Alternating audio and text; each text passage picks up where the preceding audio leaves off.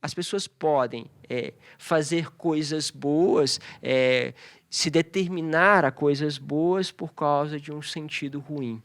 E é quando nós voltamos ao sentido que está dentro de nós, é que nós compreendemos se aquilo que nós estamos fazendo realmente é importante e se realmente está caminhando por inteiro naquilo que é a vontade de Deus.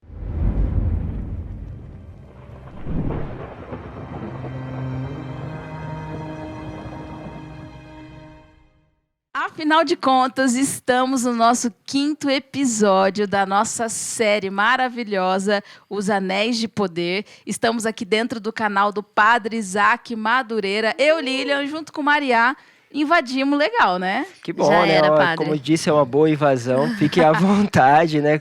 E olha, está sendo muito bom, né? Que a gente está pegando também o retorno das pessoas. Muito Já bom. chegou bastante retorno, né, Lilian? Sim. Olha só, gente, nós temos assim, um ouvinte maravilhoso aqui desse podcast, que é o pai do Padre Isaac. verdade. Você acredita?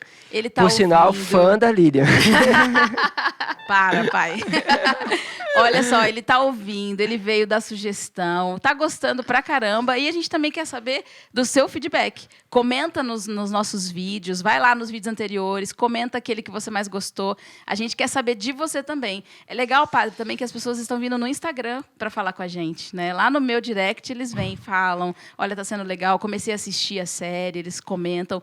E aí você pode também, tira um print, coloca lá no seu Instagram que a gente está mencionando também, todo mundo. E é muito legal porque, assim, nós estamos indo devagar, de uma forma profunda. Sim. Então, se você, cheguei agora, nossa, perdi vários episódios, está aqui no 5º já.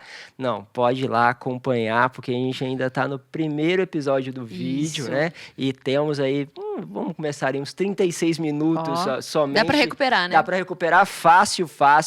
E quem está assistindo pela primeira vez, fala assim, nossa, é muito bom, né? E está gostando justamente da série. E a gente vai aqui se aprofundando, né? Queremos trabalhar. E eu queria trabalhar de forma especial, nesses próximos episódios, sobre a dinâmica das falas, né? É bonito você perceber esse jogo, né, que entra dos personagens e o quanto é profundo com o que cada um vai falando, né, e dentro do contexto que estão vivendo. A gente pode reparar quantas vezes, né, as nossas palavras têm uma força, ela tem uma eficácia. Sim. E quantas vezes a gente vai se perdendo. Hoje tem tantas informações, né, a gente falava isso no primeiro episódio, tantas informações que a gente às vezes vai se perdendo naquele monte de informação e acaba perdendo o valor da palavra.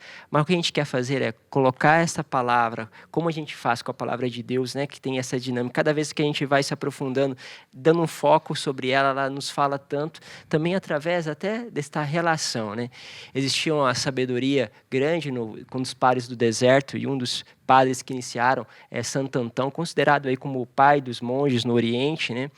E quando alguém chegava, falava algo extraordinário, tinha uma intuição, ou tinha uma palavra, e falava com outro padre do deserto dizia assim, quem te falou isso foi Antão. E a pessoa perguntava, falava assim, mas é verdade, é Antão mesmo que me falou. Porque se percebe uma sabedoria, né, naquela pessoa, se percebe essa sabedoria que vai entrando através de palavras. Uhum. E a gente precisa muito voltar a essa sabedoria. Queria pegar um pouquinho o texto, né, que a gente vai trabalhar.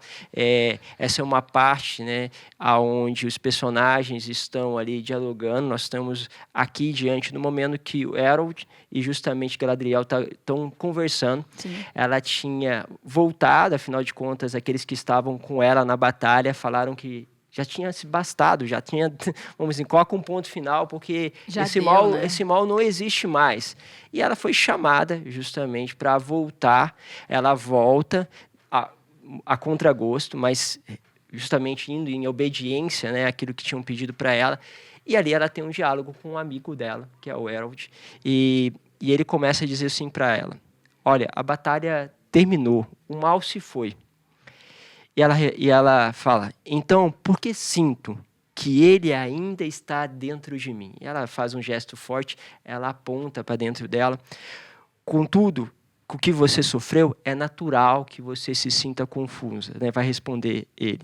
E ela, confusa? Sou grata por você não ter conhecido o mal tão de perto, mas você não viu o que eu vi. E ele diz, eu vi o suficiente. Você não viu, diz ela, o que eu vi. O mal nunca dorme. Harold, ele apenas aguarda. Quando abaixamos a guarda, ele nos cega. E paro aqui um pouquinho nesse diálogo para entender. Olha, ela está falando que o mal não foi ainda. E que ela sente este mal dentro dela. E para quem vai acompanhar a série vai saber que isso aqui já é uma marca. O mal que está dentro. E ela percebe que tem algo dentro dela. É interessante porque a gente vai ver ao longo de toda a série esta pessoa que faz um papel de heroína, aquela que leva à frente com garra, com determinação, força, né?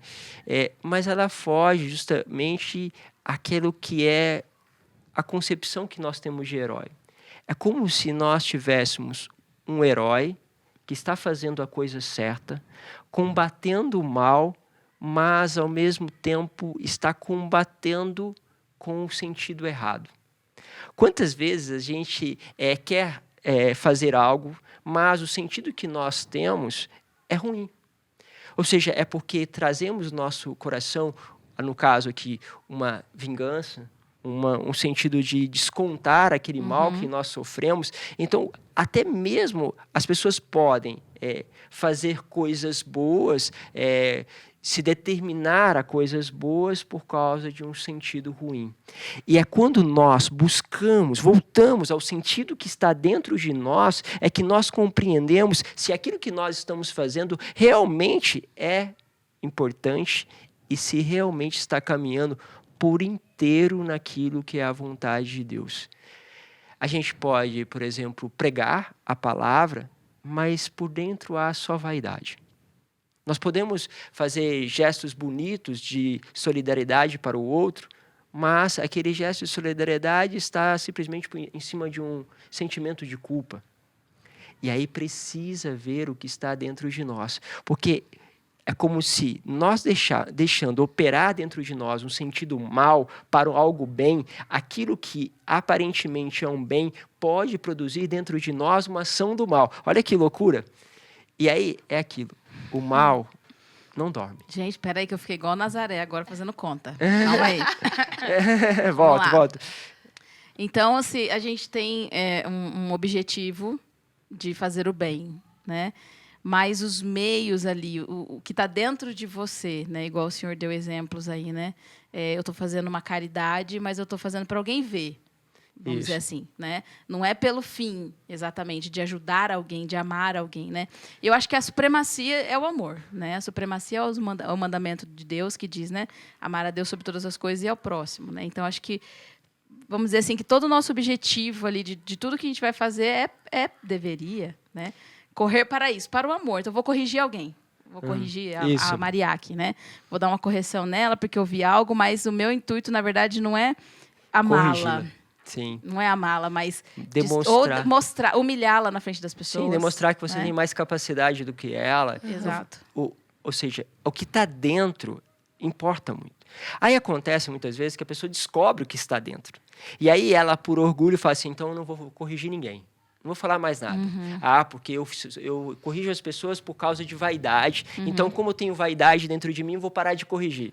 Outra vez uma pessoa chegou para mim e disse assim, padre, olha, eu não vou mais tocar na Santa Missa. Eu falei assim, como assim? Era a única música que eu tinha, né? A musicista. Era a única que cantava e ela falou assim, não vou cantar mais porque percebo que eu estou envolvida em vaidade, eu vi isso com a minha orientação espiritual e vou deixar, então, o ministério. E quando eu estiver melhor, eu volto. Eu falei assim... Nunca. Falei assim, olha, tudo bem que você tem uma coisa que precisa trabalhar dentro de você. Sim. O fim é muito importante. As pessoas participam melhor da Santa Missa com a música. A música tem este dom de trazer as pessoas para esse lado do eterno. Mas você precisa trabalhar o que está dentro, tendo consciência do que está dentro e tentar uma transformação justamente por aquilo que é uma busca por Deus. Sim. Quando nós temos consciência daquilo que nós trazemos dentro, o que vai acontecendo? Você começa a ganhar na simplicidade, na humildade. Você é elogiado e você fala assim, olha, não posso me deixar levar pelo elogio, porque senão eu fico na vaidade. Você vai mal, você pensa, olha como isso é importante para que trabalhe dentro de mim, justamente a dinâmica dessa simplicidade, da humildade. Então, você percebe que nos fatos externos, embora não está deixando de fazer, que Deus está trabalhando com coisas internas dentro de você. Então, é isso que vai acontecendo. Porém, aqui, Galadriel, ela tem um sentimento, ela consegue falar desta ação do mal, mas não consegue perceber que ela mesma está sendo tomada, sendo influenciada por aquela atitude. E esse é o grande desafio para todos nós, porque quando a gente fala aqui, todo mundo fala, olha, eu percebi isso. Às vezes acontece. Mas perceber que nós estamos sendo influenciados por isso é a grande chave. Perceber-se, né? Perceber-se. E aqui nós temos uma dinâmica desta herói que está, assim, entre aspas, ferida, e foge um pouquinho desse estereotipo, né, do herói. Mas é importante nós entendermos que o herói, para a palavra de Deus, não é o perfeito, não é o que sabe todas as coisas, não é o mais determinado, mas é o que reconhece as suas fragilidades. Não é à toa que Deus escolheu Pedro para que governasse a igreja. Não era porque ele era o melhor, não era porque ele era o mais forte. Não, pelo contrário, foi porque Pedro conseguiu chorar aquilo e perceber aquilo que era mal dentro dele para conseguir, então, ser tocado por Deus e trazer um potencial. Só que, na nossa história, nós somos muitas vezes levados por aquilo que é o nosso passado. O que nós estamos dizendo aqui é que Galadriel, ela está vivendo sobre a ótica daquilo que é o passado. Você não viu sobre o que feriu ela, né? Você não viu, você não viveu o que eu vivi. Quantas vezes nós vamos responsabilizando o nosso passado, a nossa história pelas nossas atitudes e depois, no fim das contas, não tomamos uma autoridade sobre a nossa vida. E o que Deus quer é que essa autoridade possa ser assumida, não pelas nossas forças, mas por causa justamente de reconhecermos que há ali uma ação do mal. Porque eu já não faço o que eu quero, muitas vezes, mas percebo em mim o mal que eu não quero. E ao perceber o mal que eu não quero, porque agora eu vou te transformar você em um grande apóstolo. Vai anunciar às nações. Vou tornar aquilo que você escreve uma força extraordinária, porque você tem consciência do espinho da tua carne, você tem consciência que muitas vezes opera o mal e por isso você pode ser uma pessoa de destaque. Então, você tira aquele conceito do herói e coloca um herói que também, de certa forma, é ferido. Mas não é o problema as suas feridas. Isso é muito forte. Muitas vezes eu falo, e isso é uma expressão que muitas vezes também o nosso fundador usou, né, que ele não tem medo justamente do pecado, mas tem medo daquilo que fica escondido. E é próprio do mal se esconder. E ele precisa receber a clareza da consciência da sua presença. Isso muitas vezes vai nos faltando.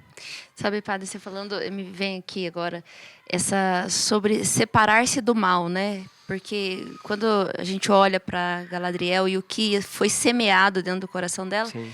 Esses dias eu tive a oportunidade de meditar aquele trecho da parábola do semeador, e as 3 primeiras sementes são as que dão errado, né?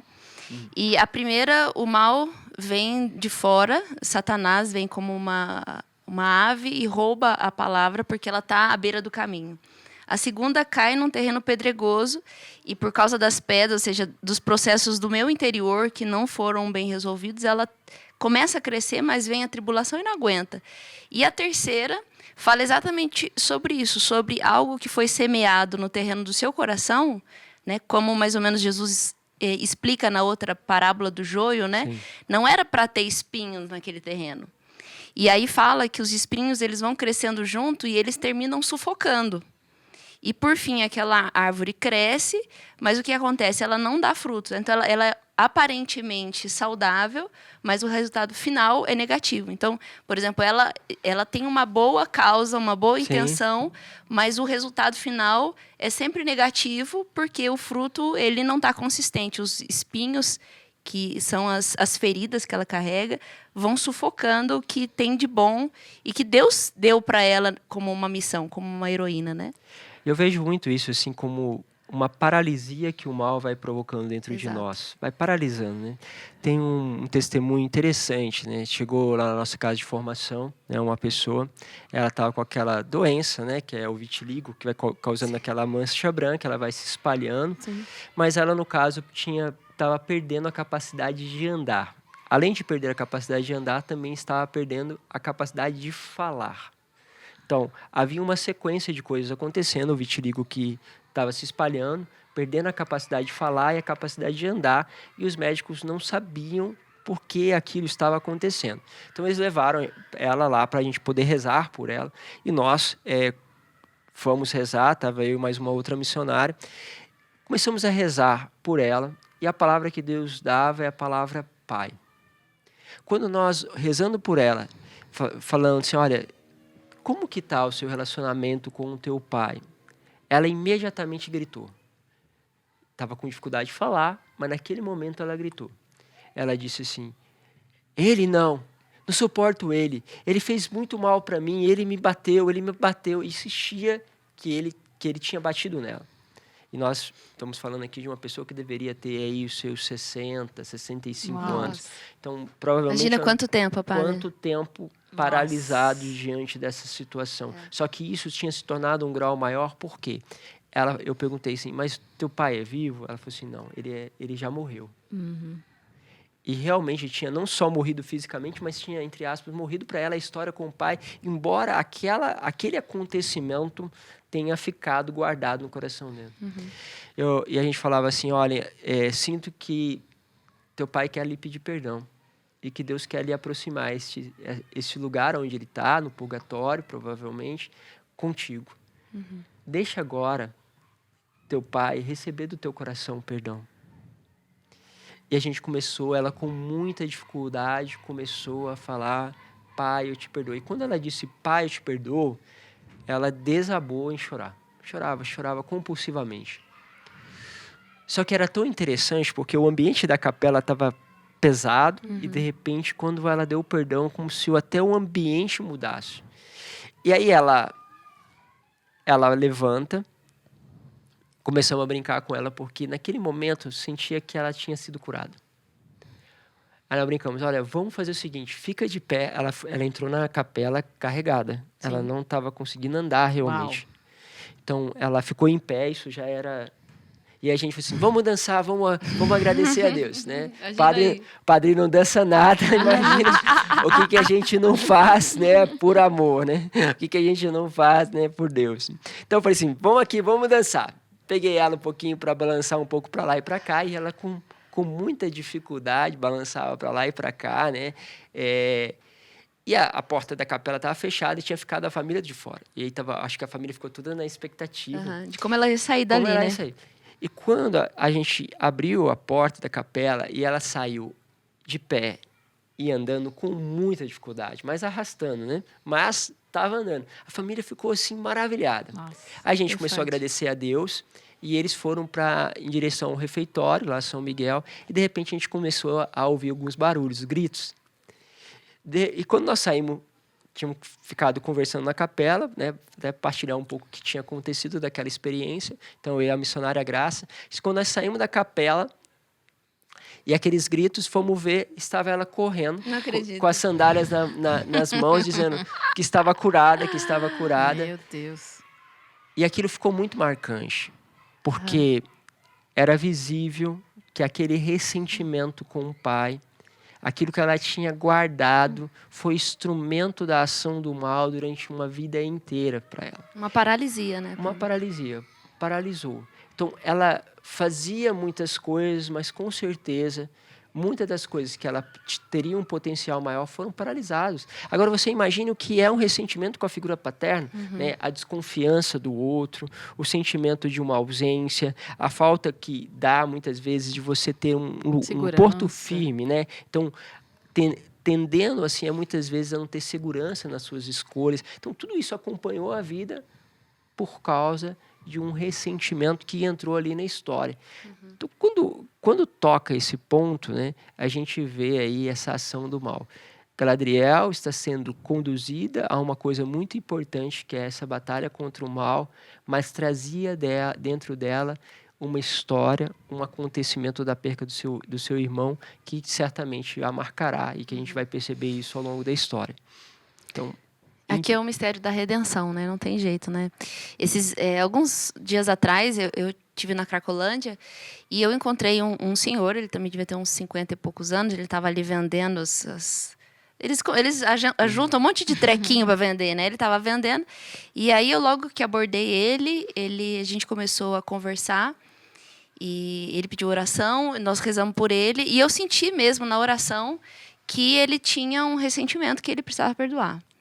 E enquanto eu rezava, eu fui falando palavras de ciência para ele. E quando terminei a oração, ele foi até engraçado, as pessoas estavam do meu lado, ele falou assim: de onde você me conhece? Aí eu disse: não, eu não. Como é que você sabe disso que você está falando?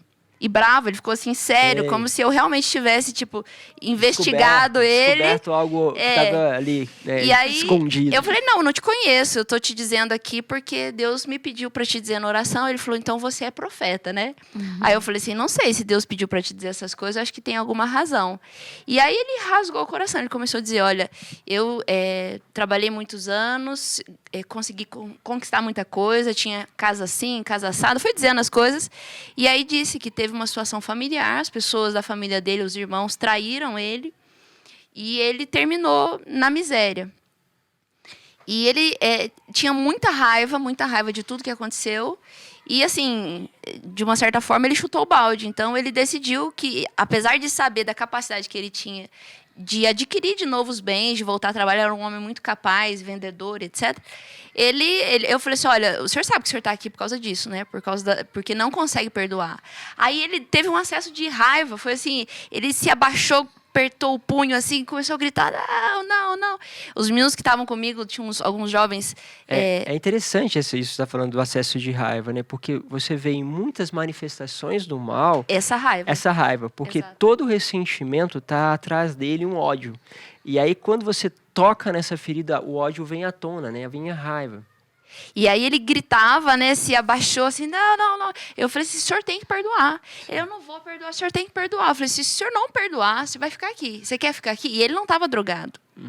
Ele, inclusive assim, ele como vendedor, ele ficava vendendo as coisinhas dele ali, mas ele aceitou viver na mediocridade porque não conseguia perdoar. Sim. Então, ao invés de ser uma pessoa bem-sucedida profissionalmente, ele aceitou viver daquelas migalhas que ele recebia ali na Cracolândia para viver num subúrbio humano, vamos dizer assim, né? Numa situação de decadência humana. E aí eu disse: vamos sair daqui. Já era noite, vamos sair daqui. A gente vai dormir na rua ali perto da Sala São Paulo e eu vou ajudar o senhor a resolver. Nós vamos ligar para sua família, o senhor vai pedir perdão. E aí ele começou a andar, ele andava para um lado e para o outro, porque ele estava lutando dentro dele entre escutar o que eu tinha dito para ele e a raiva que ele estava sentindo.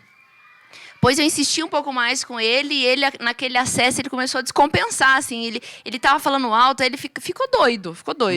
Por fim, eu disse para ele: olha, nós vamos estar lá, se o senhor quiser, o senhor pode, sabe onde é, sei e tal. Então, se o senhor quiser, o senhor pode me procurar, que eu vou te ajudar a gente a resolver isso daí, né? Mas essa experiência foi tão forte, assim, para mim, porque eu consegui perceber isso que o padre está dizendo, né? Sobre como que a gente fica acorrentado pelo mal por causa do ressentimento. E tem um trecho aqui em Hebreus, no capítulo 12, que diz assim: ó, não haja raiz alguma de amargura para que brotando vos perturbe e por meio dela muitos sejam contaminados. Então é muito nítido como essa raiz de amargura ela vai crescendo e ela vai sufocando ao ponto que o demônio passa a exercer uma influência tão grande, se não até uma dominação sobre a pessoa por causa dos seus afetos e sentimentos. E quando vê, a pessoa ela já está agindo por uma força terceirizada, vamos dizer assim, né? Ela já não consegue... Como a droga. A pessoa ela está drogada espiritualmente. Ela já não age sobre a sua consciência, mas ela age sobre a influência daquele entorpecente. Então, a pessoa que está amargurada, com ressentimento, ela vive essas consequências. E não tem jeito, tem que perdoar. E às vezes a pessoa fica paralisada ali, e é difícil dela ver. Quando a gente continua o diálogo aqui, ele vai dizer assim, né? Suponhamos que seja como você afirma, né? Que o inimigo está escondido, à espreita. Você realmente acredita que ficará satisfeito ao encontrá-lo? Que mais um orgue, né? No fio da sua espada lhe trará a paz? E se estiver errada, né? Harold pergunta para ela. E ela diz, eu não estou errada. Se você estiver errada, ele retruca, né? Você realmente vai levar mais elfos a morrer em terras distantes, né? Como falar isso, né? A pessoa fica justamente neste... Oh, glória. Olha que glória, oh, bênçãos de Deus. Então, a pessoa ela fica nessa dimensão da ferida, e ao ficar nessa dimensão da ferida, ela vai produzindo frutos não só na vida dela, mas de outras pessoas. Ou seja, outras podem caminhar de certa forma para ser feridas por causa da ferida daquela pessoa. Outras vezes a gente teve a oportunidade de falar desse ciclo da ferida. E aqui diz assim, muitos serão contaminados. Muitos serão. A amargura do meu coração vai contaminar outras pessoas. Outras pessoas. E a gente isso. vai falar sobre isso de forma especial. Olha, acompanhe que a gente vai tocar sobre esse assunto logo mais nos próximos vídeos, de como isso toca e quanto isso multiplica, né? Ela continua dizendo, né, que você não viu o que eu vi, né? E depois, nesse diálogo que vai continuando, ela fala, ela está indo de volta, ou seja, entrando naquilo que poderíamos considerar o paraíso. E aí, ela se pergunta o seguinte, como ela pode ir para o paraíso se ela carrega dentro dela, do coração dela, aquele sentimento de que o mal não foi embora? É como se dissesse o seguinte, como eu posso viver uma vida em plenitude se o que eu carrego dentro de mim é um ressentimento ainda? E aí, você vai perceber que essa dimensão de carregar o ressentimento, ele faz com que a experiência do paraíso não possa ser vivida. E que você não tenha uma saciedade. Parece que não tem compatibilidade, né? Não tem compatibilidade. Então você entra... Exato. Por isso que existe o purgatório. Porque você não pode entrar justamente no céu. Tem que se preparar. Tem que se preparar, porque se você não passa justamente por essa purificação desses sentimentos, não tem como você conviver com isso dentro da eternidade, dentro daquilo que é o paraíso. Porque não existe paraíso quando você está repleto justamente de ressentimento. E uma das consequências do ressentimento é esse. Ou você destrói aquilo que lhe causou a dor, ou você destrói a você mesmo. Então... Pesado isso. Então a pessoa ela vai procurando alternativa. E em geral, quando a pessoa é uma pessoa cristã e tem consciência de que ela está fazendo mal e que ela está procurando as coisas erradas, ela tende a minimizar o ataque ao outro, mas destruir a si mesmo. Então por isso pessoas deixam famílias. Várias pessoas que estão na rua dizem, eu cansei de fazer minha família ferida, então não posso mudar, então eu mesmo me Ou deixa até a vocação, né? Deixa a vocação religiosa. Quantas pessoas deixam a vocação religiosa por causa disso? Porque não veem conseguindo dar a resposta e não conseguindo conviver com aquele ressentimento com o irmão, com uma dificuldade, acaba então se retirando, né, de tudo isso. Essa ação é justamente aquilo que vai acontecendo dentro do coração, mas acontece sutilmente. E nós acabamos olhando para aquilo que está fora e não percebendo essa ação que está dentro. Então, precisamos como que ser purificados desses ressentimentos. Se você está vivendo essa dinâmica, passa por isso que é o ressentimento, queria colocar, né, de forma especial, hoje, a tua vida, a tua história, e pedir, peça esta graça ao Senhor, de primeiro ter a clareza daquilo que são os seus propósitos e por que você está atrás desses propósitos. O que está realmente te guiando? E se você perceber alguma forma de ressentimento, peça a Deus que possa justamente ir ali, tocar e fazer a reconciliação. Porque como aquela mulher que estava com vitiligo e que estava travada e que estava paralisada, estava perdendo a forma de andar e também estava perdendo a força da palavra, porque quando nós estamos carregados de ressentimento, até as nossas palavras perdem a força.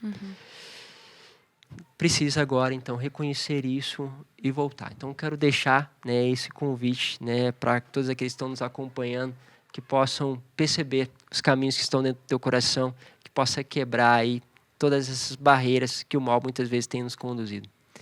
Pedimos isso a Deus, Vamos rezar, então? Vamos. Vamos pedir esta graça. Então, Senhor Jesus, queremos na autoridade, na Tua presença, Tu que conheces os corações, sabe o que se passa em cada um deles. Nós te pedimos, Senhor, aqui diante da Tua presença que está no meio de nós. Nós não somos heróis, porque somos homens e mulheres feridos. E nós te pedimos, Senhor, que a Tua graça possa agora alcançar os corações e que todos aqueles, Senhor, que estão passando por dificuldades, que estão paralisados, Senhor, em sentimentos do passado, histórias, Senhor, que marcaram a vida e que por isso, Senhor, se tornam um peso justamente para a sua caminhada. Eu te peço, Senhor, na Tua autoridade, vai quebrando toda a paralisia espiritual, toda a paralisia, Senhor, naquilo que é a vocação e o chamado, e purifica para que cada um possa responder com autoridade aquilo que é a missão a qual foi confiado. Para que nós possamos, Senhor, verdadeiramente combater o mal, mas entender que nós precisamos combatê-lo, a começar em nós, dentro de nós. Por isso, Senhor, vai visitando as casas, vai visitando, Senhor, os vossos filhos que estão no caminho do trabalho, aqueles que estão justamente, Senhor, diante da Tua presença, aqueles que estão neste momento, Senhor, sendo acolhidos nas diversas realidades. Nós te pedimos, Senhor, venha ao encontro deles e derrama, Senhor, a Tua graça. E na Tua autoridade, vai abrindo as portas deste perdão. Senhor, que o Senhor possa abençoar cada um que está conosco, abençoar também cada propósito, porque nós queremos que esse propósito se multiplique. Queremos deixar também um convite já. Permaneça conosco, participe para que a gente possa cada vez mais aí mergulhar naquilo que é a experiência que Deus vai trazendo através também dessa série para cada um de nós. Sim. Gente, que tema caro. Nossa, eu fiquei aqui, assim, nem boca aberta, né? Boca fechada, né? Quase não falei, mas é interessante, assim. Eu fiquei, nossa, pensando tanta coisa aqui no coração, né? É um tema muito profundo. Vocês viram que de um diálogo, né? De um diálogo, pegou todo o tema aqui, né? É interessante que aqui, antes da gente começar a gravar, né? A gente conversa um pouquinho e eu fico um pouco à parte, assim, do que vai ser falado. Nem escuto direito o que o padre está trazendo, né? Para que agora mesmo seja vivido, né? Igual você está vivendo agora, assistindo, né? E de verdade, assim, entra nessas coisas, porque são coisas muito sérias, né? São coisas, assim, muito profundas, né? Os testemunhos que vocês falaram, né? Aonde nós podemos chegar através de um sentimento, através de algo que ficou no coração, né?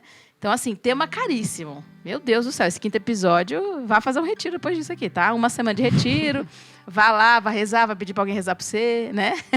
Viva isso daqui, né? Muito profundo, né? Agradecer ao padre também, né, padre? Obrigado a vocês. Estamos aí ao longo dessa série e olha que bom que o Senhor está dando tudo isso, né? Eu sei que o seu coração transborda de tantas coisas, né?